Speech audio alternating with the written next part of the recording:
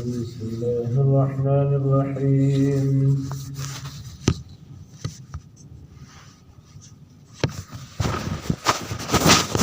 ثم يتساءلون عن النبأ العظيم الذي هم فيه مختلفون كلا سيعلمون ثم كلا سيعلمون ألم نجعل الأرض مهادا والجبال أوتادا وخلقناكم أزواجا وجعلنا نومكم سباتا وجعلنا الليل لباسا وجعلنا النهار معاشا وبنينا فوقكم سبعا شدادا وجعلنا سراجا وهاجا وأنزلنا من المعصرات ماء ثجاجا لنخرج به حبا ونباتا وجنات ألفافا إن يوم الفصل كان ميقاتا يوم ينفخ في الصور فتأتون أفواجا وفتحت السماء فكانت أبوابا وسيرت الجبال فكانت سرابا إن جهنم كانت مرصادا للطاغين مآبا لابثين فيها أحقابا لا يذوقون فيها بردا ولا شرابا صدق الله خالقنا العلي العظيم. در الشريف ويسأل اللهم صل على محمد وعلى آل محمد كما صليت على إبراهيم وعلى آل إبراهيم إنك حميد مجيد. اللهم بارك على محمد وعلى آل محمد كما باركت على إبراهيم وعلى آل إبراهيم إنك حميد مجيد.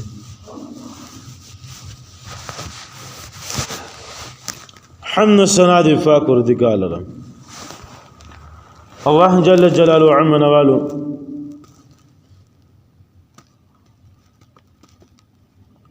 سون انبیاء کرام دی دنیا ته راغلي او ټول نبیانو ته یو رساله یا یو کتاب یو کاغذ یو ورقه خامخا ور کړل یو لکو څلور وزره د خیازات یا کم انبیاء کرام دنیا ته راغلي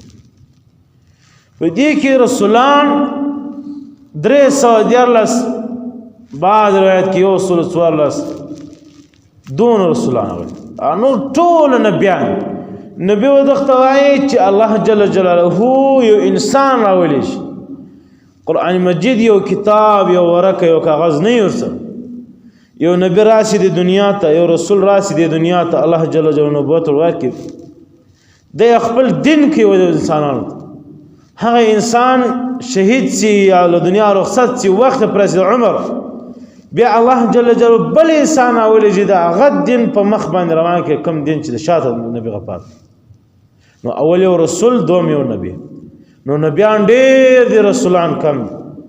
زموږ تاسو رسول زموږ تاسو نبی هغه واحد انسان محمد مصطفی سرور کائنات صلی الله علیه وسلم پر پیغمبر علیه الصلاۃ والسلام باندې الله جل جلاله دا قران مجید را نازل کړ د قران مجید ډېر نمونه دي اول نوم قرآن مجید قرآن کریم فرقان حمید شفاء فاتحه حمد د خدای ډېر نومونه د قرآن پاک مشهور نومونه قرآن مجید فرقان یا قرآن کریم فرقان یا قرآن شریف فرقان ټول لپاره د کوم شي لپاره خیر سبب ګرځي قرآن مجید واحد په دنیا کې داسې یو کتاب دی چې انسان څومره ژوند کوي که په دې جهان کې ژوند دی که د روان جهان ژوند دی که د عالم برزخ ژوند دی که د عالم محشر ژوند دی که د عالم دنیا ژوند دی که د مور په نس کې ژوند دی څلور ژوند انسان کوي څلور جهان پر انسان تیریږي اول جهان د مور په نس دوم جهان دغه انسان چې ژوند کوي دې ته وایي ارواح اول ته عالم ارواح وایي دوم ته بیا عالم دنیا وای دریم ته بیا عالم برزخ وای چې د قبر ژوند دی دغه په قبر کې ژوند کوي چې سټیم پورې الله جل جلاله د حشر میدان یې قائم کړ چې د حشر میدان قائم سي هغه عالم برزخ ژوند وای د څلورو سره ژوند ترتیب قانون الله جل جلاله په دې قرآن مجید کې ایښی دی. نو قرآن پاک داسې زورور کتاب، قرآن مجید داسې د برکت او د رحمت او داسې د هدایت کتاب د انسانانو لپاره. انسان چې وغواړي هر څومره هدایت پکې شته، انسان چې وغواړي هر څومره برکت کې شته، انسان چې وغواړي هر څومره لارې کې پیدا کولی شي. اوس نو قرآن مجید الله جل جلاله یو د شفا نوم ورکړی. دا شفا ده د پاره د مؤمنانو. مؤمن که چیرې انسان پریشان شي الله وایي راسي قرآن مجید له ما سره وایي،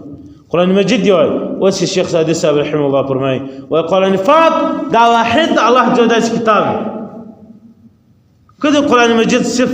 دغه تورې پېژندل، دغه تورې دی ویل، یو انسان دی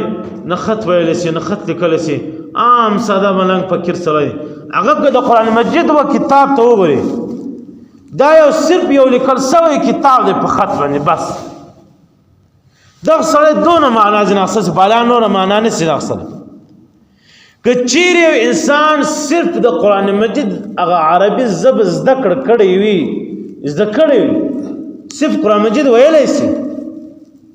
بیا که د انسان قرآن پاک خلاص کی بیا الله وایي دا قرآن مجید شیخ صدیق صاحب وایي دا مثال بیا دا رقم نه چې دا انسان صرف عربي ژبه ویلی شي بس ختم.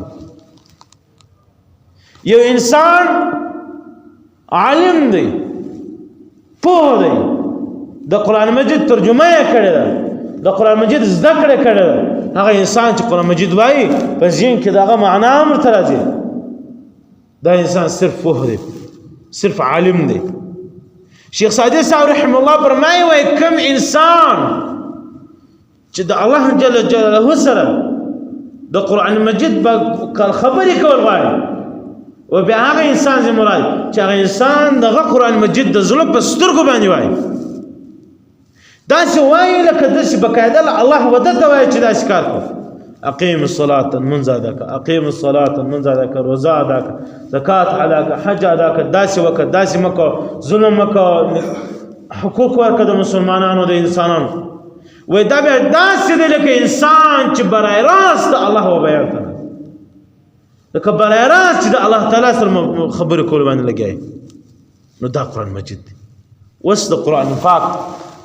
یو سورت شروع کېږي. سورة النبا مکیة وهي 40 آیة ورکوعا. سورة النبا یو سورت د قرآن پاک په مکه مکرمه کې نازل شوی او 40 آیات، 2 رکوع. آیات او رکوع پر دغه ممکنه تعریف وکړو. آیات و دغه څه ته وایي لکه زه چې وژغېږم زما خبرې ختم شي، دې ته آیات وایي. رکوع بیا دغه ته وایي چې د انسان یو واقع، یو مجلس، یو حکم، یو کیسه یا غیر روانه هغه چیرې ختم شي دې ته رکوع وایي. سورت بیا دغه ته وایي چې اوس مثال کې در پر دغه سورت د مکې مکرمې په هغه وخت کې نازل شو، په دغه وایي کې چې الله جل جلاله څومره دغه سورت څومره احکام و نبي علیه السلام ته کړي، دغه ټول مجلس ته دغه سورت وایي. نو دغه رقم په دغه قرآن دغه آیات په صورت کې 40 آیاتونه دي، 2 رکوعان.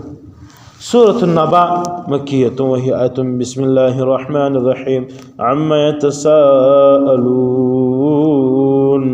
دې د چش باره کې ول بل زخه پښتنه کې عن النبأ العظیم دا غلوی غټ خبرې زخه الذي هم دې چې دی فدا کې مختلفون دی اختلاف کوم کې دي کلا هرگز دا سینه د سيعلمون دی بزرد دی خبر سي ثم كلا سيعلمون عن قريب د زرد دی خبر ته علم نجعل الارض مهادا.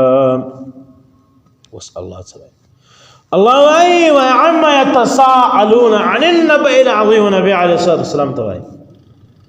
و ایز ما رسول دا خلق چې شاو خالقان پیغمبر د خدای را لې په مکه مکرمه کې اعلان وکړي اے مسلمانانو ټول ته وایم او خصوصا کفارو ته دا الله وايي چې یو ورځ به تاسو ماته را پېښې جماعت به حساب کتاب را ان يوم الفصل كان ميقاتا. الله وايي چې تاسو به یو ورځ محشر به ته ماته را پېښې حساب کتاب راته پیغمبر علیه الصلاۃ والسلام چې دغه اعلان وکړي ټول کفار یو په خپل منځ سره جګړه چا ویل دا خبر حقیقت ته ولې نبی علیه الصلاۃ والسلام چې کوم خبره کړه هغه درواغ نه ده چا ویل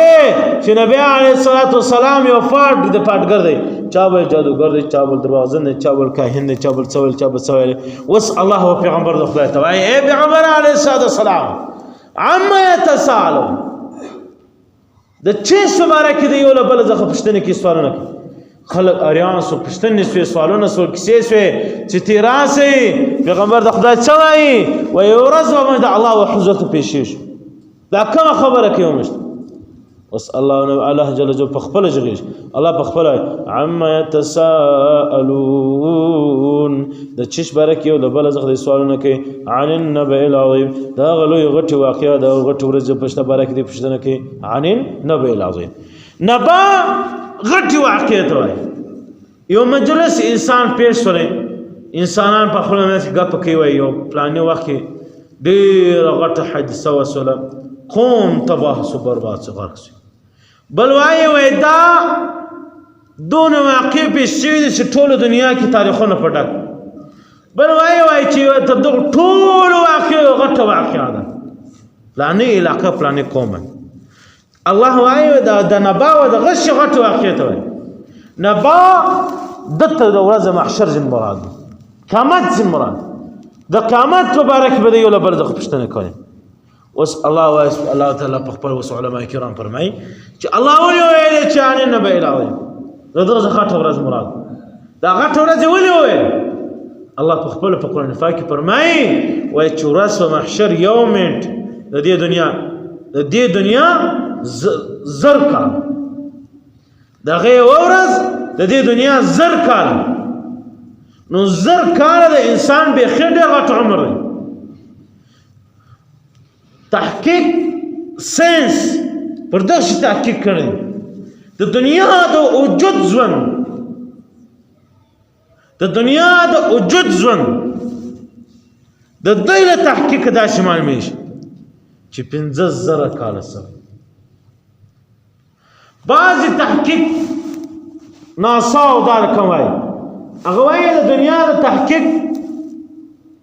کم از کم 50000 کال سي 5 میلیونه کال سي و چې 50000 کال کې 50000 کال د هغه جان 15 ورځې سولې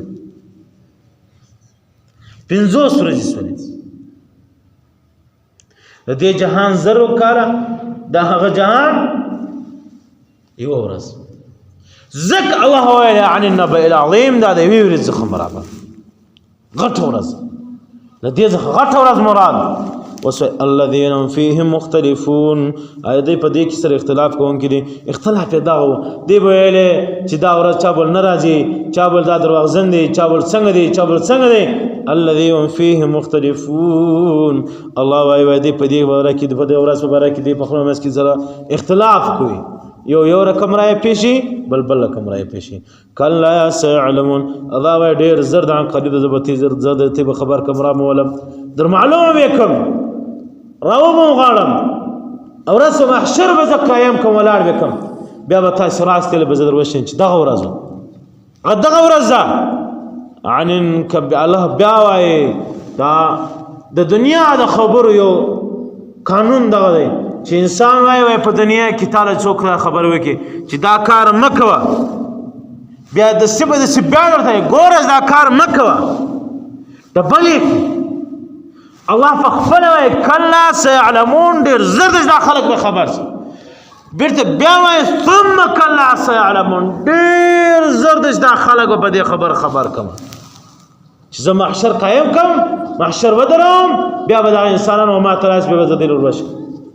الله وای الم نجعل الارض مهادا والجبال اوتادا وخلقناكم ازواجا وجعلنا نومكم سباتا وجعلنا الليل لباسا وس الله وای انسان ته وای اے انسان ته ځان سره سوچو ما تعالی چی نه درکړي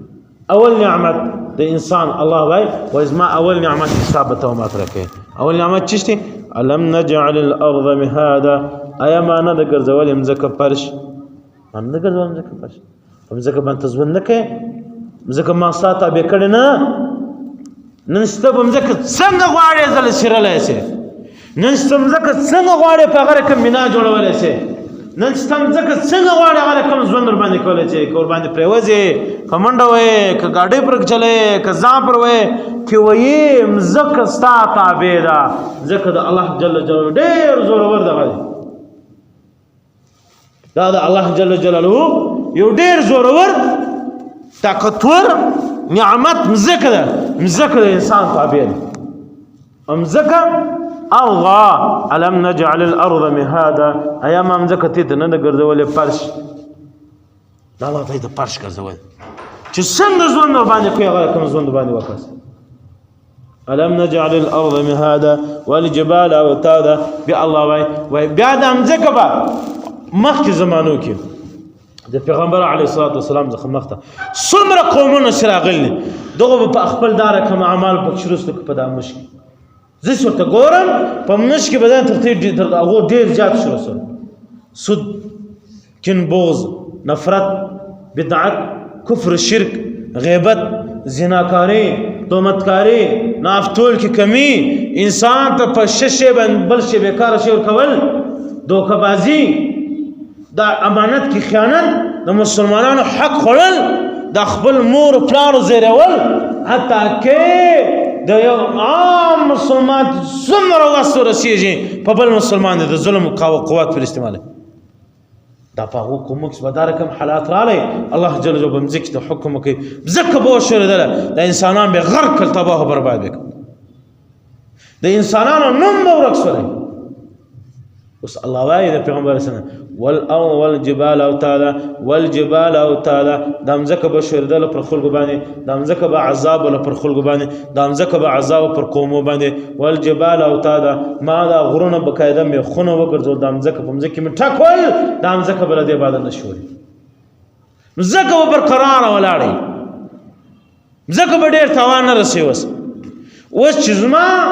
له کوم ځای څخه خوا بدېږي لکم قومه لکم علاقه لکم ذکر می خواه دیجی الله وای دو پر غزی زلزله راولو او زلزله الله وای ګور په دې کې آیات کې زلزله زن مراد ده دا زلزله ولی الله راولي دا څه راولي دا درې شانه په مشک ډیر اوس درې شانه دغه د لولای بازار ټول په اتفاق چې مشروع سبا په مشک زلزله راشي دا خو الله تعالی یو ډیر رحم نه چې په مشک به زر کسان په هغو کارو اخته وي لس زره کسان په هغو کارو اخته وي مګر د یو مسلمان د یو سپین ږیري له وجې څخه د یو عالم له وجې څخه د یو شیخ د یو بزرګ د یو ولي اولاد د الله د دوست له وجې څخه الله پر موږ باندې برابر ورځ راخیزي برابر نر راخیزي برابر یې اوبه راباندې ورئ برابر رحمتونه کرمونه فضل راباندې ورئ دا ټیم موږ غرق تباه و برباد درې شان اول شی زنا پر کوم ځکه چې زنا زیاته سي پر کوم ځکه باندې الله وایي والجبال اوتادا اذا زلزلت الارض زلزالها زبر زلزله راولم دې ځکه باندې غرق به کم هغه طاقت د میخو هغه د غرو هغه به د ځمکې څخه واخم بیا چې څونه لوی غرونه پر هغه ځکه باندې ولاړ څومره لوی غرونه پر د ځمکه باندې ولاړ بیا هم چې الله ته په قهر چې پر هغه ځکه زلزله راځي دا وایي سینس وایي پر کوم ځکه چې لوی غرونه پر هغه ځکه باندې به زلزله نه راځي دا الله هڅای الله وای دا ما کړی دا خبره ته زما کوي والجبال اوتادا دا خبره ته زما کوي غرونه دا ګرځولي میخونه د ځمکې لپاره اوس الله وای بیا که چیرې هغه ځمکه د په قهر سم بیا چې هر څونه غټ غرونه پر هغه باندې زلزله راغله تاسو به اورېدلي داسې لوی غټو علاقو کې غرونه بیا هم پر هغو علاقو باندې زلزلې راسي څه ده د هغه انسانانو د الله قهر و ځان ته متوجه کړي دوم شی اول زنا دوم شی د انسانانو مرګونه قتلونه د یو مسلمان بل مسلمان قتلول مرګونه زیات مرګ دا معنا نه ده چې له انسانه څخه غاړه پرې مرګ معنا دا نه چې بل مسلمان عزت واخلي د بل مسلمان و مال ته تاوان ورسو دا هم مرګ ده د بل مسلمان و حیات ته تاوان ورسو دا هم مرګ دی د بل مسلمان وغه کښته تاوان ورسو چې انسان ور باندې غرق کیږي ختمیږي چې انسان دا وایي زه په دغه شی باندې ختم یم، زه په دغه شی باندې خوږېږم مړه کېږم، که هغه حیا وي، که هغه مال وي، که هغه اولاد وي، که هغه نسل وي، که نسب وي، که زندګي وي، که عیش وي، که هره بلیا وي. دغه مرګونه په انسانانو کې ډېر یو زنا یو مرګ. دویم هغه انسانانو کې سرکشي ډېره زیات شي، د الله جل جلاله ته سجده ختم شي، له هغه مځکې باندې سجده نه لګېږي. بعد دغه ملکو پر دغه علاقو باندې ځکه الله تعالی خپل عذابونه راولي. والجبال اوتادا، الله جل جلاله فرمایي الم نجعل الارض مهادا، ایا ما نه د ګرځول استاز د پاره مځکه فرش، والجبال اوتادا زید د پاره د غرونه میخونه، غرونه بیا به تور میخونه چې د مځکه پټینګ مځکه پټینګ کړل. وخلقناکم ازواجا، الله وای ما بل نعمت پر تی باندې غټلې دغه کړې، تی ما پیدا کړی اس جوړې. اوس انسان الله جل جلاله آدم علیه السلام پیدا کړ. آدم علی نبینا علیه الصلاۃ والتسلیمات پیدا سولې، آدم علیه السلام د ژوند خوند نشو اخستلی، یوازې او یک تنها د مځکې پر سر حیام پاک چې راپورته شو د کڼې پشتۍ خواته چې کوم خاوره پرته له دغه خاورې څخه الله جل جلاله دته حوا علیه السلام ته جوړه کړه. دومره ښایسته د حوا نه چې په ټول عمر کې بیا دا ښایسته ښځه بیا نشي راغلی. الله تعالی دونه حسن کړ. یو دې ته حوا نه ته روایتو کې راځي، یو د فرعون کوردانه مینه ضعیفه ښځه چې هغه مسلمانه وله، دې ته هم الله جل جلاله ډېر غټ حسن ورکړی. داسې حسن یې ورکړی چې بیا به داسې حسنداره بیا څوک رانیسي. یو ځل یې خېد دا الله جل جلاله حسن یو مرکزونه پیدا کړیو. وخلقناکم ازواجا، الله وایي ما تی جوړې پیدا کړی یاست. آدم علیه السلام چې راپورته شولې د ژوند د خوند نس یاست چې څه ټیم خپله کورودانه پیدا کړه د ژوند د خوند واست. دغه رقم انسان چې سوچ وکړي، انسان که په دنیا کې یوازې واده او ژوند زندګي نه کوي، دغه انسان خپل ژوند مخته نشي بولی. دا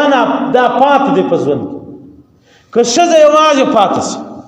ښځه بغیر له نره خپل ژوند مخته نشي بولی، نو خامخا الله وایي وخلقناکم ازواجا، تی ما جوړې پیدا کړي یاست،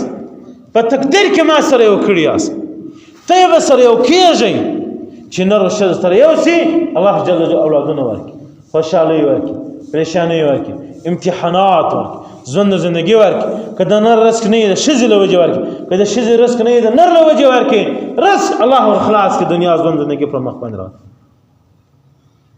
خو الله جل جلاله پر انسانان بل ډېر غټ نعمت کړی. وخلقناکم ازواجا وجعلنا نومکم سباتا، الله وایي ما تی د پاره ګرځول خوب د پاره د راحت. اوس خوب څومره لوی نعمت دی. انسان چې الله پیدا کړي د دنیا پر سر باندې، بیا الله ورته ویلی وهدیناه النجدین، تا ته ما دوې لارې درکړي چې پر کومه لار ځې پر هغه لاره لاړ سه، که د شیطان په لاره ځې که زما په لاره ځې. صحیح شو؟ انسان چې د الله په لاره کې روان شي، الله وایي زه هغه انسان خپل دوست نه بولم، هغه انسان خپل ځان ته نه رانږدې کوم. هغه مثال علما کرام فرمایي وایي لکه انسان چې بازار ته لاړ شي، بیا یو هندوانه او یو خټکی یو منګی چې اخی بیا یې وټکي چې پوخ دی که نه دی پوخ، در هغو یې نه اخلي، در هغو یې خپل د ځان کوي نه، چې ټکولی نه یي یا کتلی نه یي، در هغو پورې یوه ځان ته نه نږدې کوي، ځان د ځان کوي نه اخلي نه. الله علما کرام فرمایي الله هم دغه رقم انسان چې د الله په لاره کې روان شي، په صحیح معنا د الله جل جلاله وحدانیت ته غاړه کښېږدي، الله جل جلاله امتحانات ورباندې راولي، پریشانۍ ورباندې راولي، د رزق تنګۍ ورباندې راولي، لږ سخت تکلیفونه ورباندې راولي چې دا انسان ما یادوي که ما نه یادوي، بیمارۍ ورباندې راولي. الله جل دا انسان پریشانه کړي له اولاده څخه، له رزق څخه، له بیمارۍ څخه، له بل شاوخوا له امتحاناتو څخه. دغه انسان په امتحاناتو کې روان روان روان روان روان، بیا الله وایي علما کرام فرمایي بیا الله دا انسان وځان ته نږدې کړي، د ځان دوست کړي چې بیا مړ شي، يعني طول انسانان بالاتفاق ورتكشين ودا انسان د الله دوست سلام فدغ باندې الله جل امتحانات راوصل د ځان دوست کې د ځان یار کړي بیا الله جل کرامات ورکی قسم کرامتونه ورکی نعمتونه ورکی رزق روزي ورکی حتی کې یار او خلاص کې الله ود خپل خان وهدينا النجرين کې دوه مليار د شیطان بیا الله وايي دا انسان کوم انسان چې به د شیطان په لار باندې راوځي کوم انسان چې زما پر خلاف راوځي الله وايي دغه انسان دغه دنیا د راحت دی زب خامخا و دغه انسان ته خپل مړی پر ټیم وکوم کوم چا باندې امتحان راولم هغه بل ستر خمړی و چمړی دغه باندې دغه انسان د بز فل راحتونه فل دغه ورکوند څخه مډا کوم دغه انسان د کمال رزق نه خشور کړي دغه انسان د بز رزق سمندرونو ور باندې را خلاصوم د انسان ته کمال راحت لزر کوي د دنیا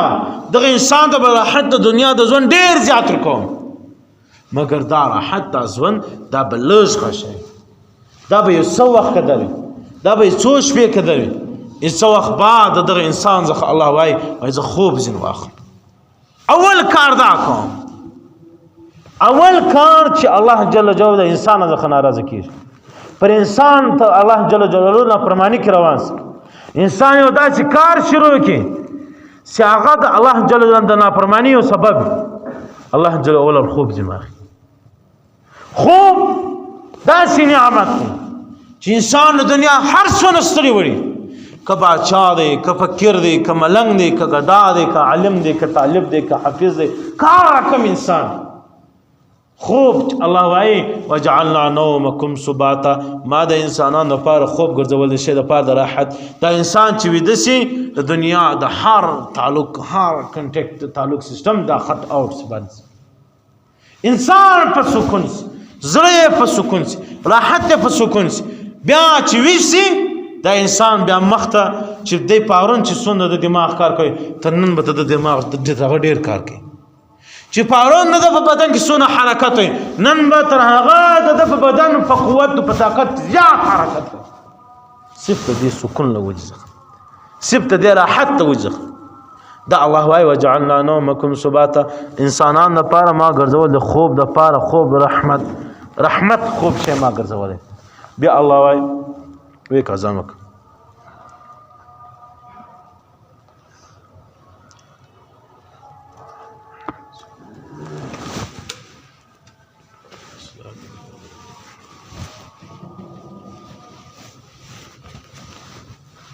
اللہ اکبر اللہ اکبر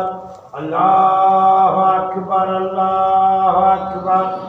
اشہد ان لا الہ الا اللہ اشہد ان لا الہ الا اللہ اشہد ان محمد رسول اللہ اشہد ان محمد رسول اللہ حی علی الصلاة حي على الصلاة حي على الفلاح حي على الفلاح الله أكبر الله أكبر لا إله إلا الله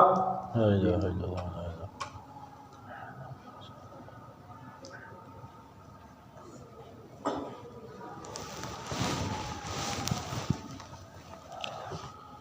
بسم الله الرحمن الرحيم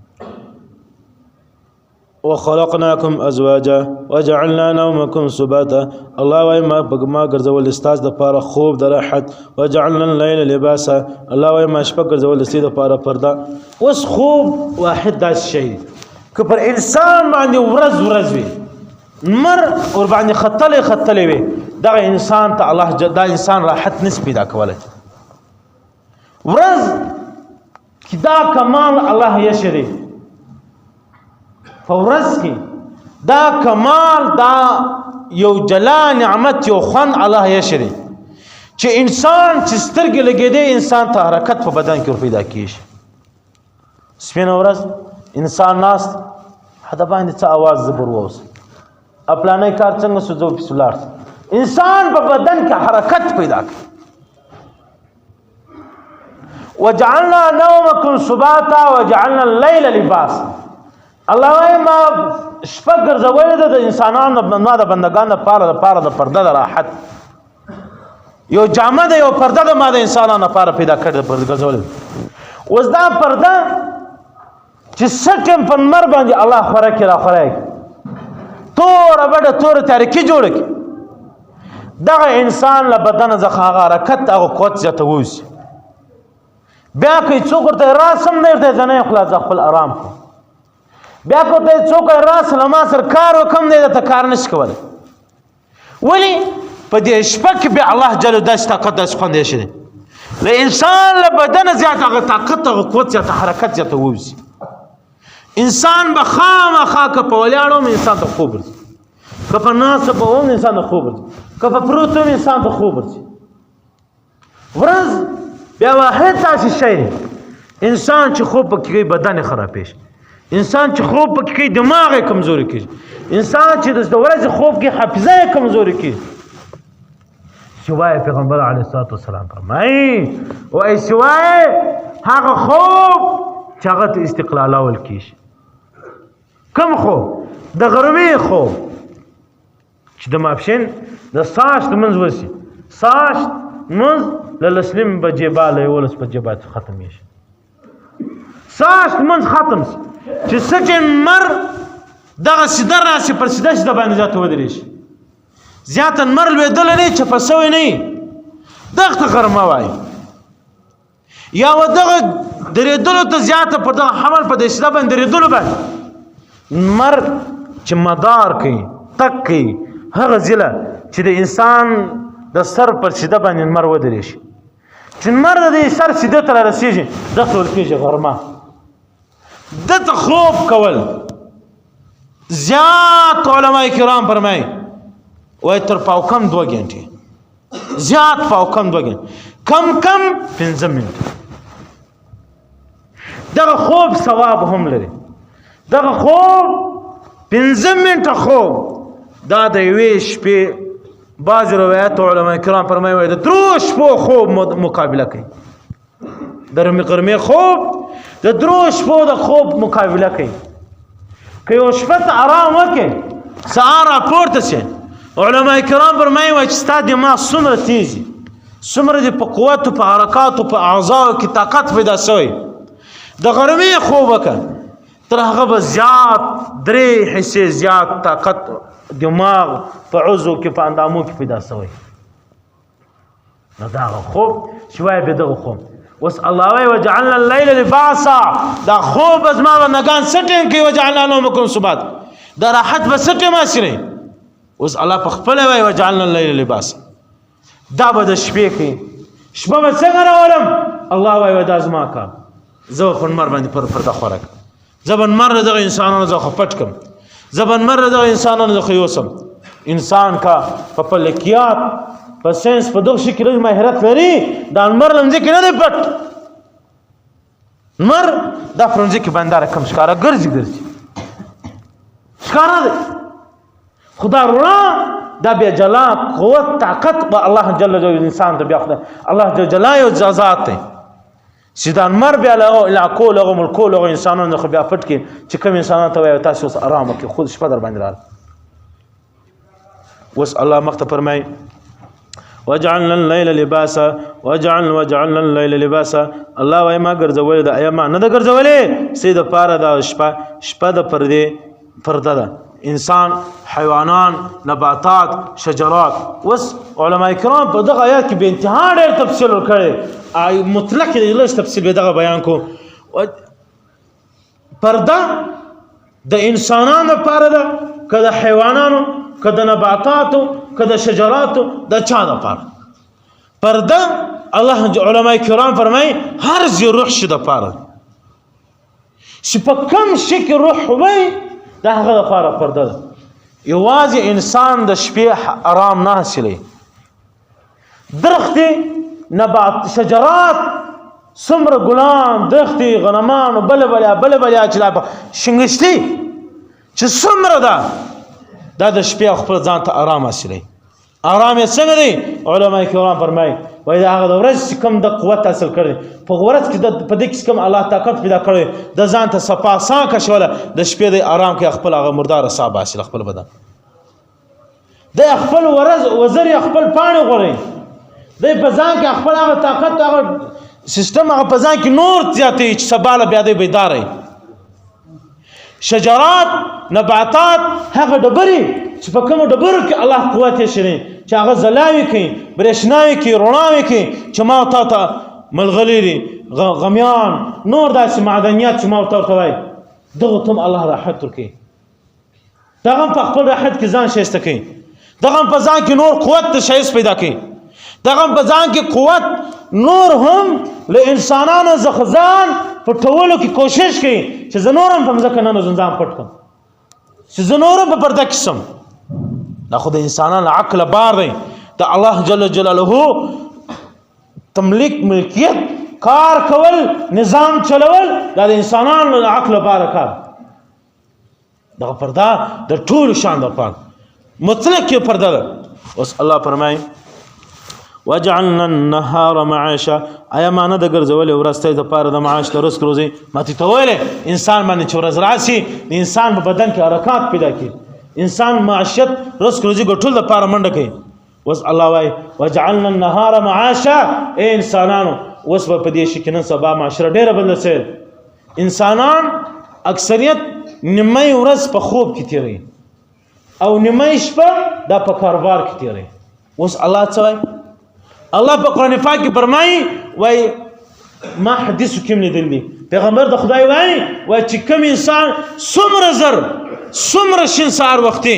خپل د رزق روزي هغه ځای خلاصي که دکان که مکان که دفتر وي که بل شي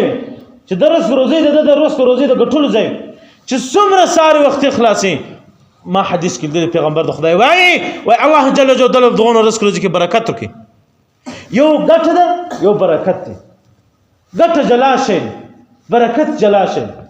ګټه وخت یو دکاندار یو انسان په ورځ کې 1 لک روپۍ ګټي یو انسان په ورځ کې 100 روپۍ ګټي دغه انسان سره په جیب کې د 100 روپۍ پرتی دي په کور کې مریضین نشته په کور کې سودا نه ځین غواړي ټول د کور سودا پرده د انسان استعمال لپاره د ضرورت نشته چې د استعمال وکړي دا روپۍ د برکت سره لاړه ته جمع سو پټه کله جمع دان دي یو انسان په ورځ کې 1 لک روپۍ ګټي لک په لک لاره باندې ځن روانه تر جیب نه ځین شل کېږي برکت نه پاتې کېږي نو پیغمبر د خدای وای چې څومره زری وخت خلاصواس وجعلنا النهار معاشا انسانانو مسجد پر پیدا کړ ورځ د رزق روزي د ګټلو انسان چې څومره سار وخت خلاصي ما شام ته بند کی ما شام د څه پیدا ده بس بل حدیث پیغمبر د خدای ته فرمایي وای چې تاسو مقصد منځونه وکي د سبا د سر از خپل کور ته ذات آرام کوي راحت کوي سکون حاصل چې تاسو به د لاس سهار وخت به تهجد لپاره منځ ته وخت را پورته کیږي تهجد منځ تمره غټ انعام الله جل جلاله پر انسانانو باندې کړی که انسان 15 منځ په کعبه شریف کې وي په روزه مبارکه میاشت کې 15 منځ په بیت الله شریف کې څومره غټ مکان یو منځ په اویا بدل اوس ما استاد مازګر منځ د ابل ورځ تر مازګر تر منځ په لاس باندې زیات برکتونه الله پکې بیا دغه منځ چې په دغه مسجد کې زګنجي ځخه علاوه چې د بیت الله شریف په کعبه شریف کې کوي دا د چې کوم نو سماته په اویا راکې اته په وزه په اویا لک راکې دومره برکتونه الله کې